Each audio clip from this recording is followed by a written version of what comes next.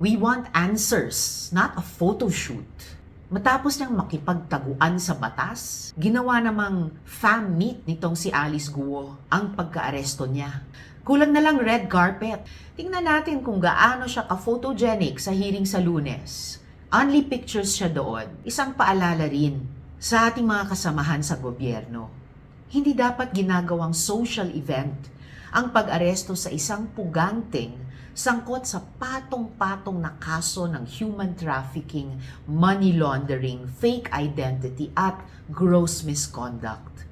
Pinaglaruan ni Alice Guo ang mga batas ng Pilipinas at ginamit niya ang posisyon niya para makapag-operate ang mga pogo na naging sangkot sa kidnapping, murder, human trafficking at prostitution. Alice Guo, the fake Filipino, will have a lot of explaining to do on Monday. Pagbabayaran niya ang pagsisinungaling niya, ang pagtago, pagtakas at ang panloloko sa sambayan ng Pilipino.